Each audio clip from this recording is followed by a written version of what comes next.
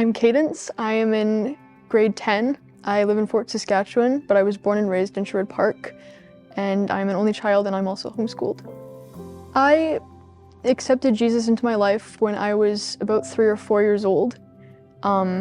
Since I grew up in a Christian home, my mom talked to me one night about Jesus, and we prayed together, and that's when I accepted Jesus into my heart. But since I was so young, I didn't really understand what it meant.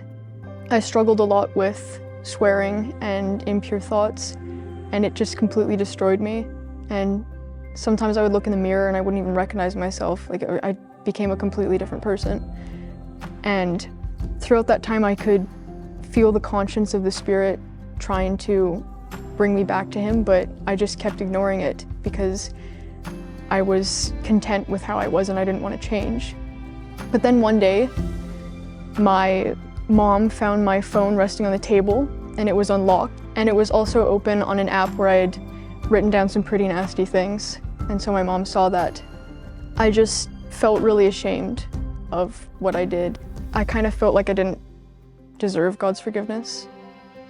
But then during a prayer one night, I just was so at peace in God's presence, and I just started to cry because I knew that during everything I went through, that God didn't give up on me, that He kept pursuing me even though I was ignoring Him, and even though I technically didn't want anything to do with Him, He kept pursuing me and He didn't want to give up.